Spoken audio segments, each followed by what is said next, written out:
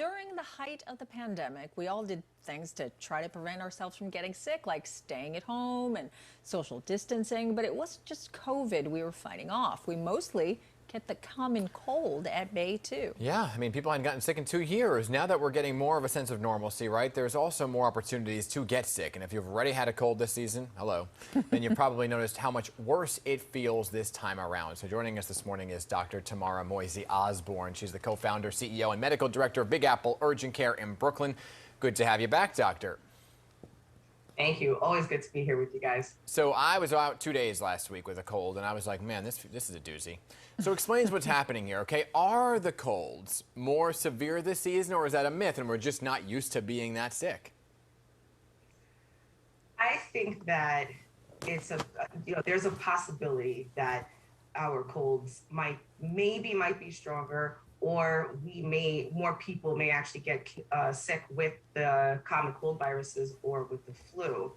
It is definitely possible, but we don't know yet. We're still early in the season, but we do need to realize that there's a possibility that we may have decreased immunity simply because last year we were all hunkered down. We were all in quarantine, a lot of us were quarantined, things of that nature. So now things are opening up, more people are vaccinated, so everyone's going to Broadway shows, the holidays are coming, so people are out. So now we're in potentially we're in a situation where we may get more flu cases this year, definitely more than last year, but more than we thought, just simply because we do not there's a possibility that our immune system may be decreased simply because we were not exposed to it much last year. Right. So it's hard to say if we're actually going to be sicker or not. I think, we have to see what the data shows, but I think we need to prepare for that. Yeah, speaking of the flu, we are getting into flu season, and it's not like we're completely done with COVID either. So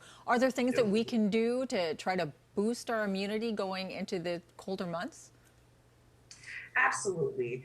And so first of all, with dealing with this potential situation that we're in for this season, a couple of things can be done. Get your flu vaccine. The flu vaccine, people sleep on the flu vaccine.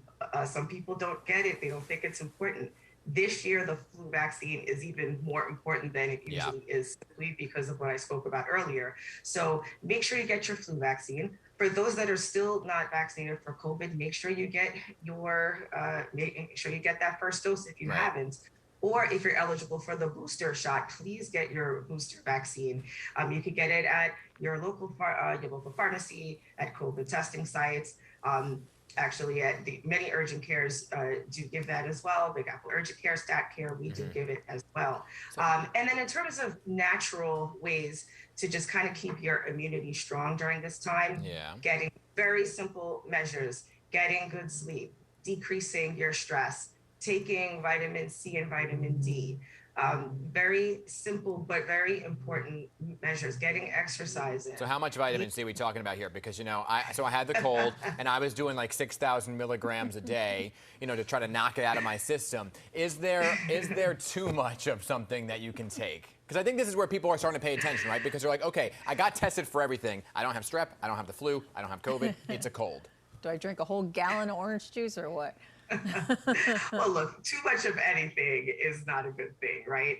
So, it's better to just stick to what's recommended, especially if you're buying vitamins over the counter. Just stick to what's recommended on the bottle, and you should be fine. You're just making sure that you're doing what we call supportive measures, staying well hydrated so that you can decrease your chances of getting dehydrated, and then doing all the measures that I mentioned before.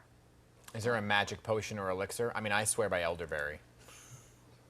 There are definitely certain things on the market, such as elderberry, such as oregano oil, garlic. Garlic? Garlic, yes.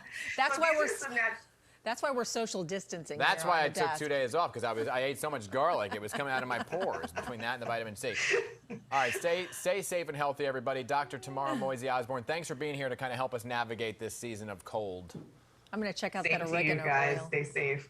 Oregano. Yeah, you should. Thank you.